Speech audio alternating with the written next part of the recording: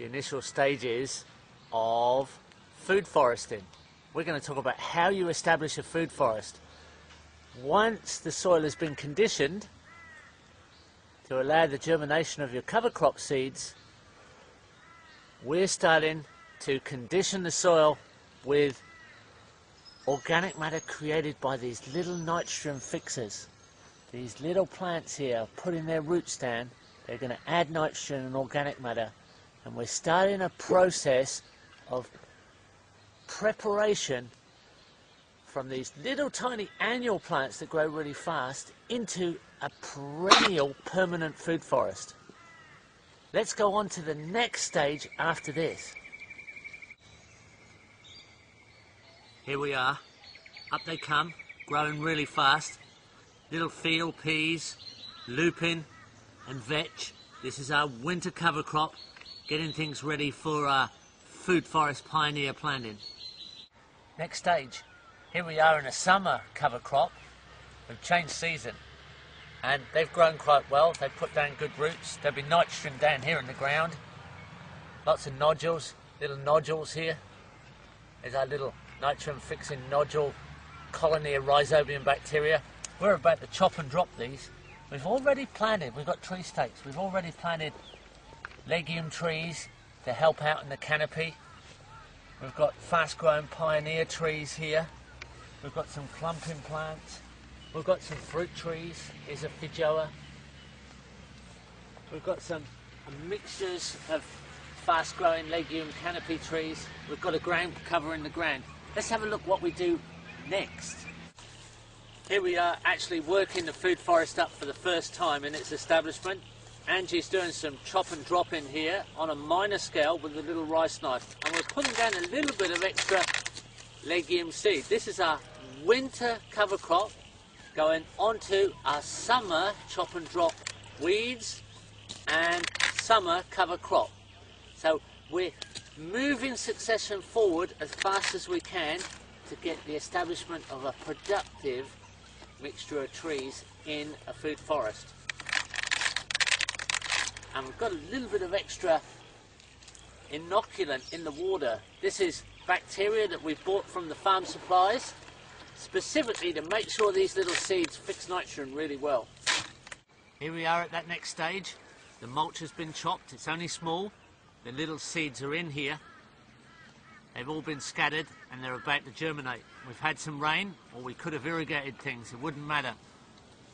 The perennial ground covers here, sweet potato in this case. There's mangoes and ice cream beans and native Australian trees. It wouldn't matter. It's an assembly of trees that will live together as we help them pioneer into this forest of diversity.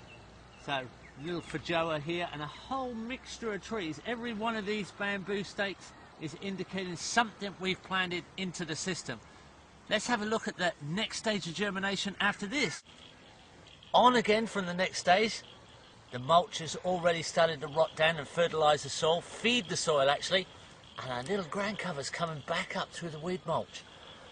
It's got a nice even cover. It's going to take that ground cover control again. We're going to control by rampancy, and our perennial cover crop is growing bigger and bigger. Our legume trees are on the way to help with the canopy. Little fruit trees, a little bit slow, but they're coming through behind. Everything's well supported. Time lapsing forward again. Everything's a little bit larger. The perennial ground cover's taken over and it's doing its job. Our fruit trees are coming up. We've got more diversity now. We've got pumpkins and a few rampant wild vegetables. Our legume trees are getting up to 1.5 metres high, and our fruit trees are coming through. This is the next stage. Everything's getting easier now, and our soil is getting richer with organic matter. There's just tons of organic matter down on the ground. We're moving towards the forest. Let's move forward now. Let's jump forward a year or two and see what's happened. Now, we have total control on the ground. Now we have some quite large fruit trees around us, and the legume trees are getting a little bit bigger all the time. If we just pan around, we can see that we're in quite an established system. It's starting to very much stabilise now. This is starting to get to be that diversity that becomes a very stable system. Here we are after 5 years. We've got a complete assembly now, and we've got mixtures of plants supporting each other into fruiting. We're in production. There's guavas and tamarillos and citrus and bananas, all kinds of mixtures of trees. Probably 50 varieties of fruit tree in here. And there's already chickens coming through here. We're free-ranging poultry through this system, and it's quite self-maintaining. Easy system to maintain now. We're going towards a canopy food forest. It's going to be extremely easy. Let's go on to the next stage.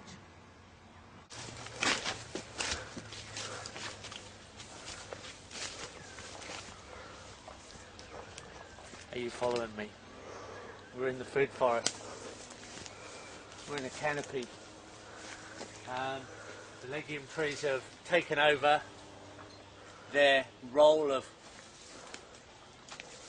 supporting the canopy and cycling nutrient. There's avocados and Brazil cherries. There's mixtures here. The custard apples are fruiting right now. We've had bananas out of here all the time. There's a whole mixture of fruit trees here. This now is a forest. You can't stop this now. You have to physically remove it. Even without maintenance, this continues to exist as a forest ecology, majoring in fruit trees. You can bring up the production by manipulating the support species to allow more sun, faster cycling of nutrient. But this is a forest. This is a classic food forest. The maintenance now is just a matter of cycling a little bit of organic matter. Most of it's woody form, and you don't really have to bend over very much, and all you have to use is a sharp-edged tool. Welcome to food foresting. Have fun.